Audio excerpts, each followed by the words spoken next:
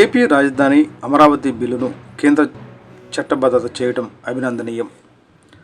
ఆంధ్రప్రదేశ్ రాజధానిగా అమరావతిని మరోమారు చట్టబద్ధత చేసిన ఘనత కేంద్ర రాష్ట్ర ప్రభుత్వాలదేనని రాష్ట్ర మంత్రి వేమూరు శాసనసభ్యులు నక్కా ఆనందబాబు అన్నారు. బట్టిప్రోలు మండలం ఐలవరం గ్రామం విలేకరుల సమావేశంలో ఆయన మాట్లాడుతూ 2014 రాష్ట్రం విడిపోయిన నేపథ్యంలో అమరావతిని రాజధానిగా ప్రకటించడం జరిగిందన్నారు. 2019 తర్వాత జగన్ 3 ముక్కలాట ఆడారని, 2 సార్లు ప్రధానమంత్రి అమరావతికి భూమి పూజ చేయడం జరిగిందన్నారు. నేడు లోక్సభలో చట్టం చేయడం ఆంధ్ర రాష్ట్ర ప్రజల అదృష్టం అన్నారు. ఈ కార్యక్రమంలో తునుగుంట్ల సాయిబాబా, జొన్నలగట్ట విజయబాబు తదితర నాయకులు పాల్గొన్నారు. టుడే టీవీ వేమూరు నియోజకవర్గ ప్రతినిధి కుంచే వెంకటేశ్వరరావు.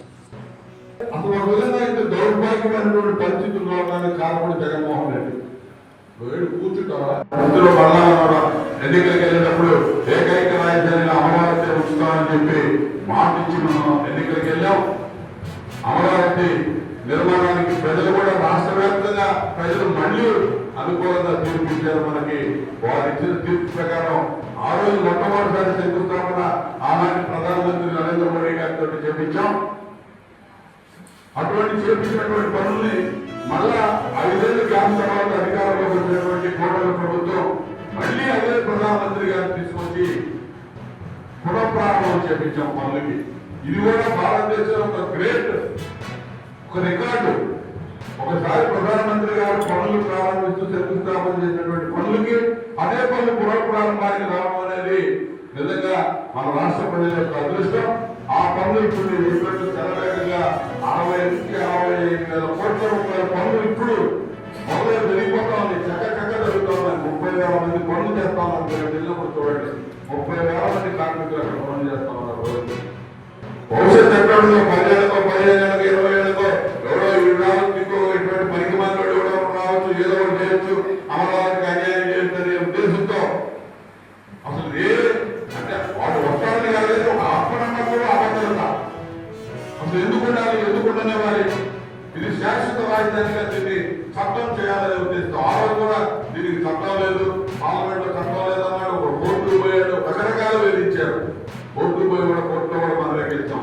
అసెంబ్లీలో బిల్లు పెడితే అసెంబ్లీలో పాస్ చేశారు. కౌన్సిల్లో పోగానే సెలెక్ట్ కమిటీకి ఇచ్చి ఆ రోజు చైర్మన్ షరీఫ్ గారు చారిత్రాత్మకమైనటువంటి నిర్ణయం తీసుకొని ఆ రోజు అమరావతి ముక్కలు లేకుండా కాపాడాడు. ఒక రైతుల త్యాగాలు, ఆ రోజు కౌన్సిల్లో చైర్మన్ గారు వహించినటువంటి తీరు, చంద్రబాబు నాయుడు గారి పోరాటం, రాష్ట్ర వ్యాప్తంగా అన్ని వర్గాల ప్రజలు అమరావతి ఇచ్చినటువంటి మద్దతు ప్రభుత్వంలో భవిష్యత్తు అంత గొప్ప సపోర్ట్ అనేది ఏ కార్యక్రమానికి రావాలి. ఎందుకంటే అసలే ఇబ్బందులు ఉన్న రాష్ట్రం.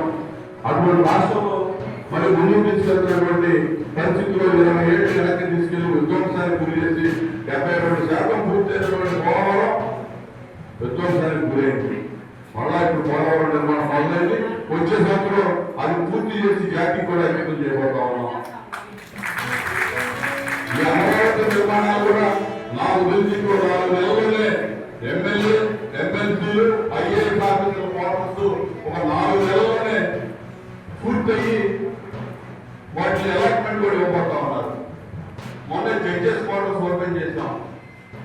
6 నెలలకు మీరు చూసుకుంటా పోతే ఒక్కొక్క కాంప్లెక్స్ పూర్తయ్యి ప్రారంభోత్సవాలు కూడా జరిగిపోతాయి. పూర్తి స్థాయి ప్రారంభోత్సవాలు 27-28 మళ్ళా అదే ప్రధానమంత్రి గారిని తీసుకొని చేస్తామని చెప్పి మొన్న అసెంబ్లీ సాక్షిగా చంద్రబాబు నాయుడు గారు హామీ ఇచ్చారు. ఈ రోజు అటువంటి బిల్లుకి చారిత్రాత్మకమైనటువంటి రోజు ఈ రోజు అదే అమరావతి బిల్లు పార్లమెంట్ లో ప్రవేశపెట్టబడి ఇప్పుడు ముందు 10 ఏళ్ల తర్వాత ఎలా ఉండాలి, 20 ఏళ్ల తర్వాత ఎలా ఉండాలి, 50 ఏళ్ల తర్వాత ఎలా ఉండాలి, రాష్ట్రం కానీ ప్రజలు కానీ అభివృద్ధి కానీ అనే దాంతో ఆలోచన చేస్తూ ఉంటాడు. అందులో భాగంగానే ఈరోజు అమరావతి రాజధానికి మళ్ళా సంపూర్ణంగా హక్కులు మనం తీసుకుంటూ ఏకంగా పార్లమెంట్ చట్టం చేస్తా ఉన్నందుకు అందరినీ మన మనస్ఫూర్తిగా ఈ రాష్ట్రంలో చంద్రబాబు నాయుడు గారిని, అదేవిధంగా పవన్ కళ్యాణ్ గారిని హృదయపూర్వక అభినందనలు మీరందరూ కూడా తెలియజేయాలి. మన పూర్తిగా సహకరించినటువంటి కేంద్ర ప్రభుత్వం నరేంద్ర మోడీ గారికి కూడా అందరూ ధన్యవాదాలు తెలియజేస్తూ ఒక తీర్మానాన్ని మీ అందరి తరఫున నేను ప్రవేశపెట్టాలన్న మీరందరూ కూడా పూర్తి అక్షరాల మధ్య ఆమోదించాలని చెప్పి సందర్భంగా కోరుకుంటూ రాష్ట్రపతి